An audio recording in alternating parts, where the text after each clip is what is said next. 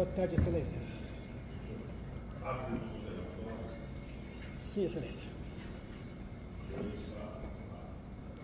Obrigado, doutor. Excelentíssimo senhor doutor desembargador-presidente e também relator, doutor Paulo Rossi, excelentíssimos senhores desembargadores, amable, que seria o revisor, o terceiro juiz, senhor Sérgio Mazia Martins, excelentíssimo senhor procurador de justiça, Maurício Lopes, excelentíssimos colegas, advogados da bancada da defesa, serventuários, recebam todas as minhas homenagens, meu nome próprio, o nome da Ordem dos Advogados do Brasil, aqui eu represento.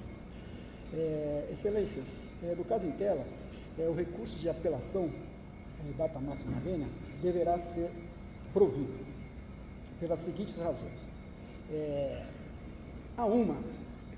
Segundo os depoimentos prestados pelos milicianos que fizeram o flagrante dos acusados, ratificaram, né, e também em juízo esses depoimentos, eles afirmaram que na abordagem do veículo, tá, quem conduzia era o coréu Daniel, que hoje não está aqui presente, também não está fazendo sustentação oral, faço pelo apelante André. E lá no local foi encontrada a arma de fogo no painel do veículo, que estava ali camuflada dentro do painel, e nesta oportunidade foi constatado a adulteração do veículo automotor. É importante ressaltar também, excelências, que chamou a atenção o policial Jonas, que já declarou, inclusive em juízo, que já conhecia o apelante André, no qual represento hoje, disse que ele era muito conhecido nos meios policiais, que tinha uma vasta ficha criminal, e por achismo, e entendo assim, e também por dedução, concluíram que André também estava ali associado com o coréu Daniel. Ressalta-se também, excelência, é importante destacar, que a gente tem uma testemunha, que é uma pessoa idônea, um empresário, que é o patrão de André. E ele declarou naquela oportunidade que André trabalhava com ele, trouxe bastante detalhes, desde 6/11/2023, que exercia a função de fato de motorista, falou da carga horária, que é uma carga normal das outras 18, falou até do salário que ele ganhava, R$ 2.300, falou também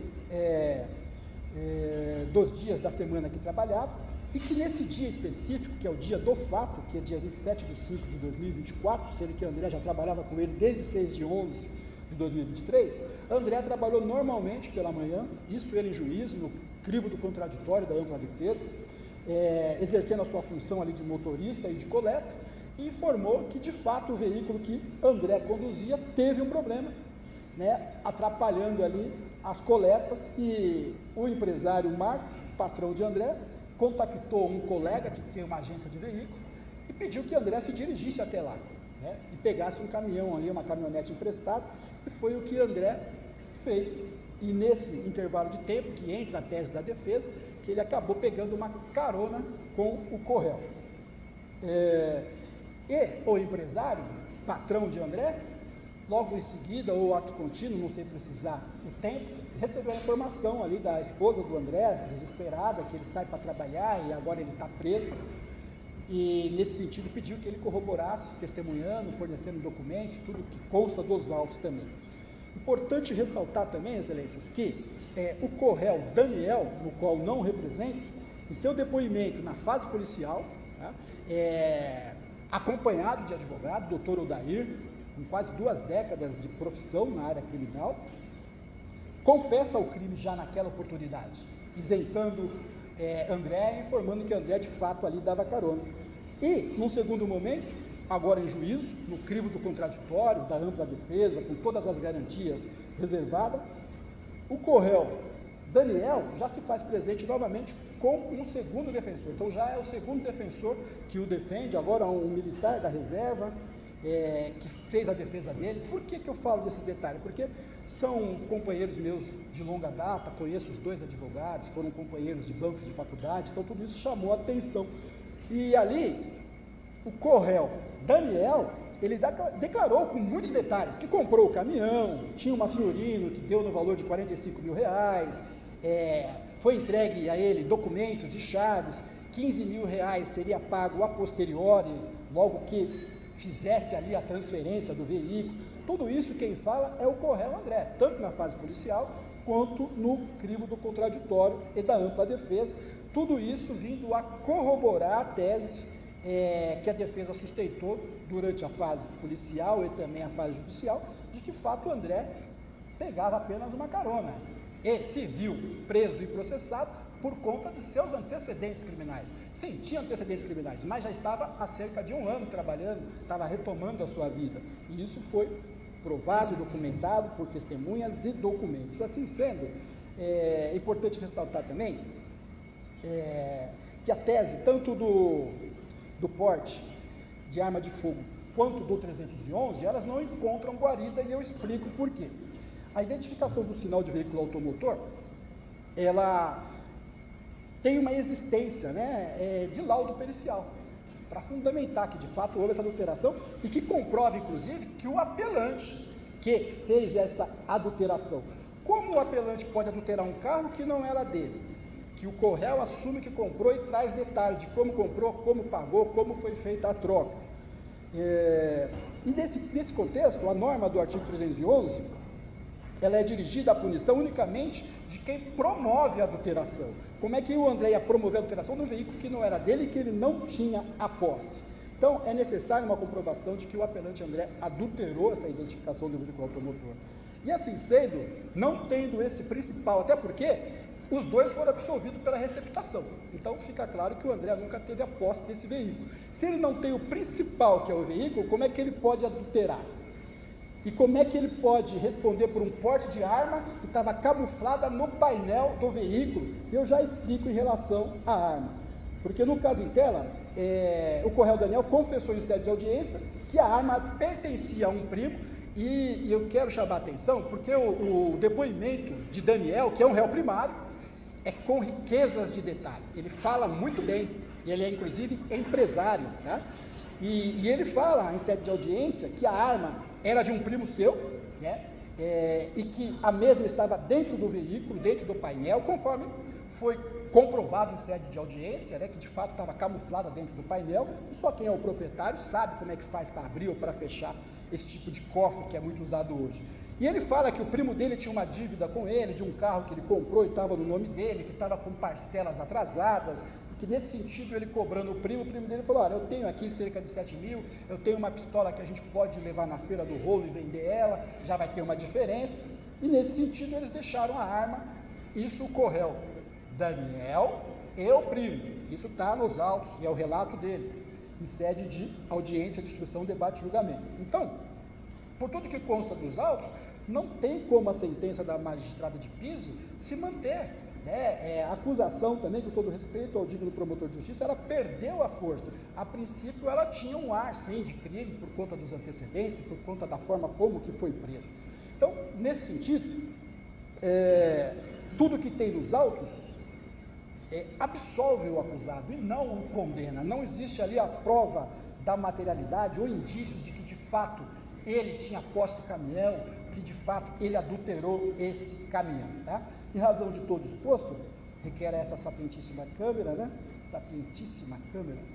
com a devida vênia, que dê provimento ao recurso do apelante, e na longínqua ou remotíssima hipótese aí de não vingar, essas postulações, até por uma questão aí de isonomia, sobriedade e também aí, uma vez que entende a defesa que o decreto ora combatido quedou-se aí desproporcional e também exasperado no que tange a pena.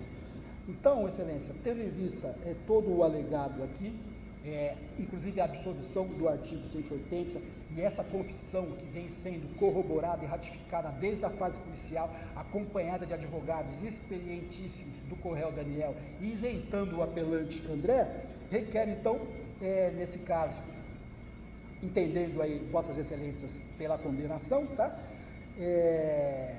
Que seja aí a pena então mudada e aplicada com justiça, uma vez que foi exasperada. É o que espera de melhor, desse cenáculo de justiça, na aplicação do direito, na consagração da justiça, aí com a devida vênia, façam justiça, não depois que o mundo pereça, mas justamente para que ele não pereça. É o que a defesa sustenta, é o que requer, nada mais. Agradeço, devolvo a palavra. Obrigado, senhor presidente. Com respeito ao movimento acusado,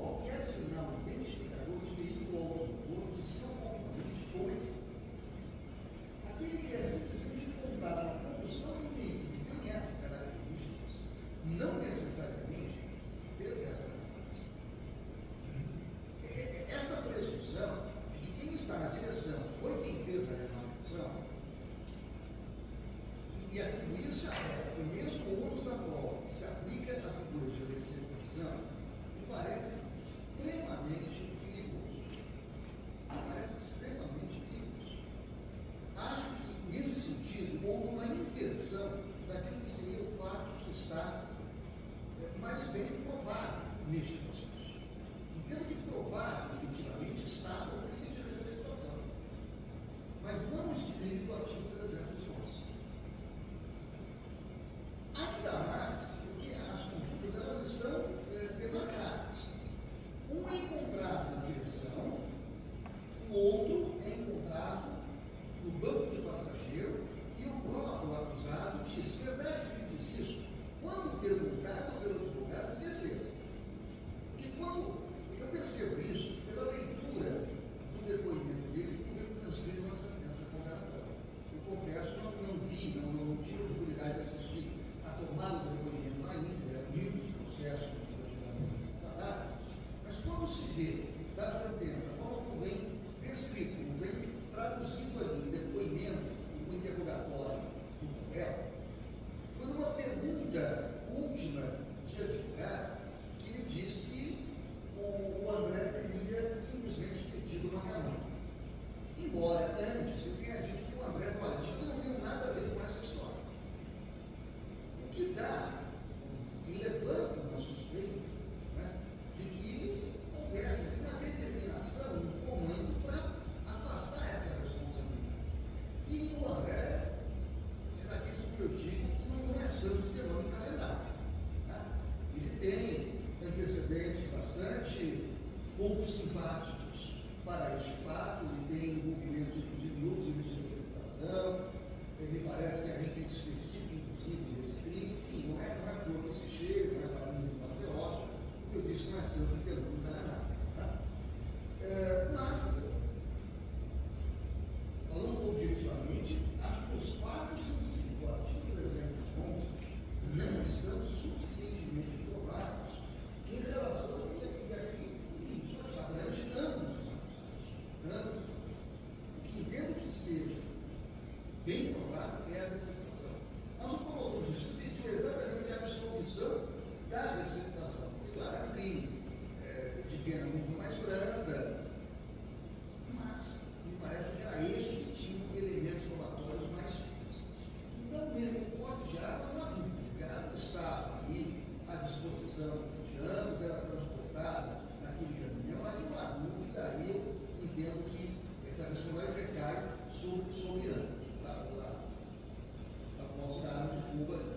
Mas entendo que seja caso, provavelmente, parcial apenas desses termos que aqui excusa a vossa vez, senhor presidente, e ela. Muito obrigado. Eu, após ouvir os argumentos do professor do Procurador de Justiça, eu vou retirar a falta e vou examinar esse caso dos irmãos, que eu achei irrelevância e Tá certo, Felício.